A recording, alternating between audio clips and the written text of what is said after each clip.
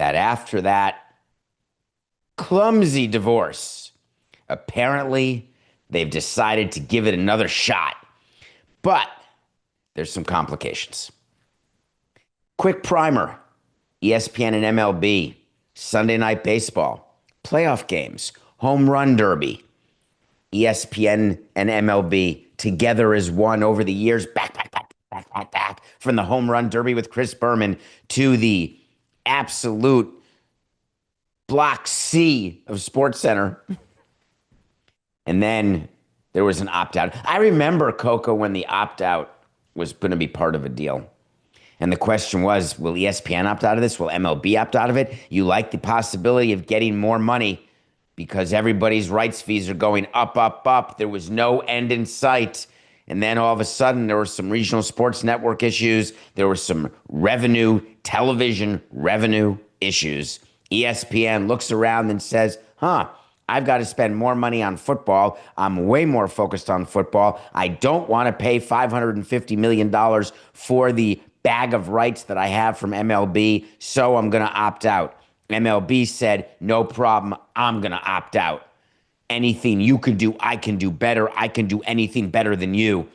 And the two of them left, and Rob Manfred said to the owners, good luck and good riddance. ESPN is a shrinking platform. That was his note to owners when the deal ended. Then Noah Garden, the deputy commissioner, was put on the case. The owners said to Noah, here's an idea. Go find me more than $550 million for this bucket of rights and let's show ESPN where the sun don't shine. And that would have been MLB's preference. Don't kid yourself. Any deal that would have eliminated ESPN or Jeff Passan would have been a preferred deal, I would assume. But at the end of the day, what do we know about this show? Money is going to be the controlling factor, not emotion.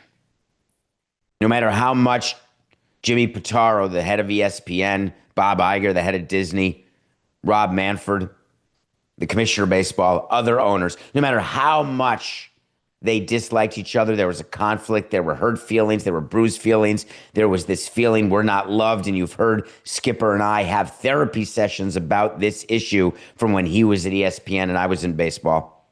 Because it goes deep, deep, I say, like a canyon. So Noah Garden goes out and he says, all right, what do I do here? How do I put together this package in order to show my owners and to show the world that I got more than $550 million and ESPN was wrong? What you do is you separate and you conquer. You go to Apple and say, excuse me, any interest in Sunday Night Baseball? You go to Netflix. Excuse me, any interest in the home run derby? You go to NBC and say, sorry, just talking here. You want some Sunday Night Baseball? Any interest in some playoff baseball? You go around to all of the companies. You even talk to Paramount and say, how do you feel about getting back in the baseball business? You ready? We know that Paramount is on a buying spree. The thing with these broadcast deals that ESPN, MLB, that they opted out of, there are only 3 years left. That may sound coincidental, and it is. MLB is cutting broadcast deals right now that will last 3 years. That's it. Because at the end of this 3 years, everything, all international, local, playoff, everything runs out. Everything. As a matter of fact, I could tell you that in terms of team local deals, like regional sports network deals, there aren't many that go beyond this 3-year period. We could talk about the Dodgers. We could talk about Yankees, Mets, Red Sox, Cubs. That may be just about it. So the plan in MLB's mind is let's beat ESPN's 550 today over the next 3 years. Then 3 years from now, let's go crush. Let's go get an NBA-style deal where we are more national. We sell more nights of the week. We figure out what's going on with local revenue and the local regional sports networks. And then the valuations increase. Then the commissioner gets a big bonus. And then We'll see who's in line to be the next commissioner after Rob Manfred. It's all a plan. And step one in the plan happened. It's not signed yet. It'll be signed in September. Let's get to the ESPN part.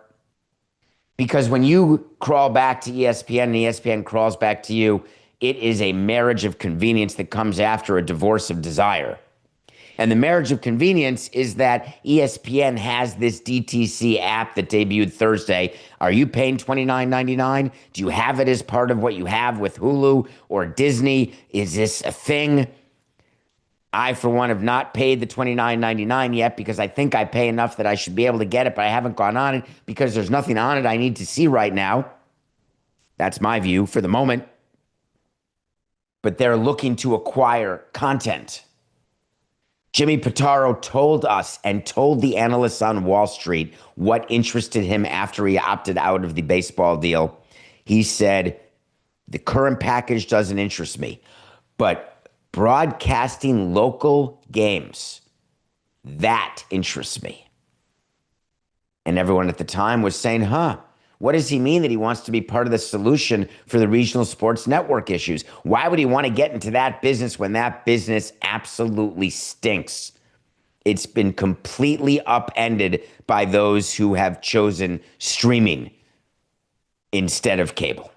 The whole economics of all the regional sports networks, from Yes Network down to Bally's, Florida, FanDuel, Florida, it's all changed.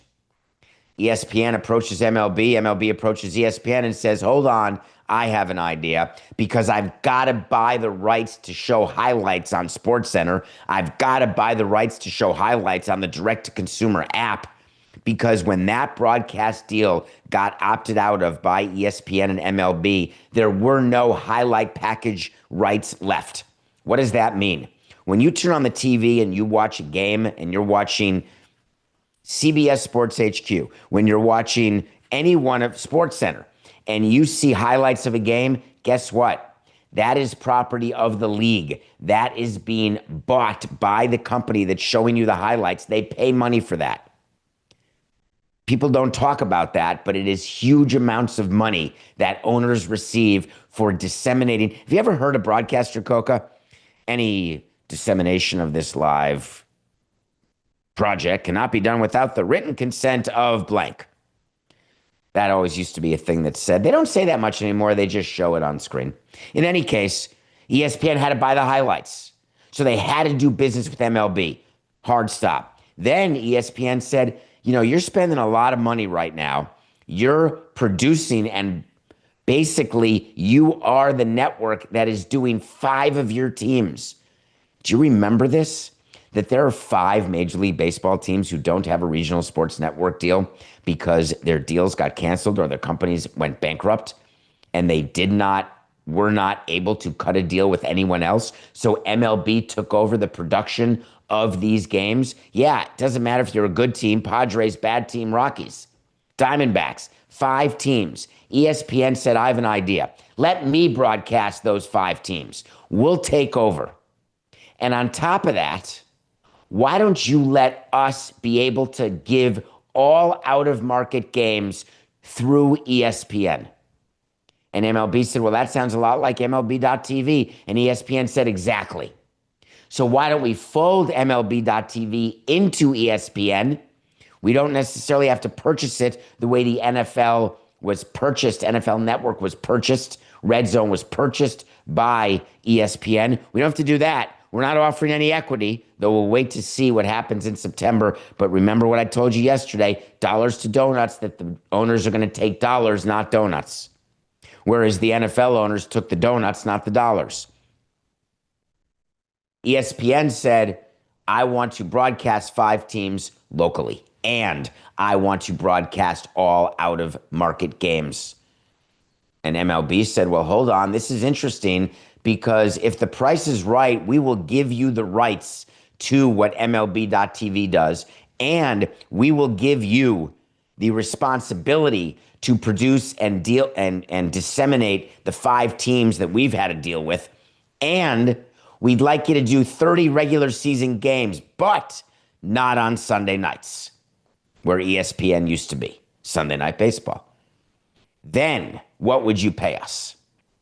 ESPN said that actually makes sense to us. We don't want Sunday Night Baseball. We'd like a different day of the week if you can find it. And Major League Baseball said, hell yeah. Sunday night baseball is way more valuable to another company than it is to you. I can get money from another company for Sunday night, and I'm going to give you another national night, and it'll be Tuesday night baseball or Wednesday night baseball.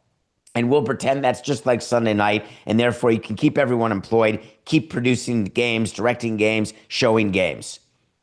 Home run derby, nope. Postseason, nope. But regular season, 30 games, in like Flynn. All right, now we're talking about cobbling together a package. And then Noah Garden, in his brilliance, went out and said, who would want Sunday night? I'm trying to think. Oh, yeah, NBC.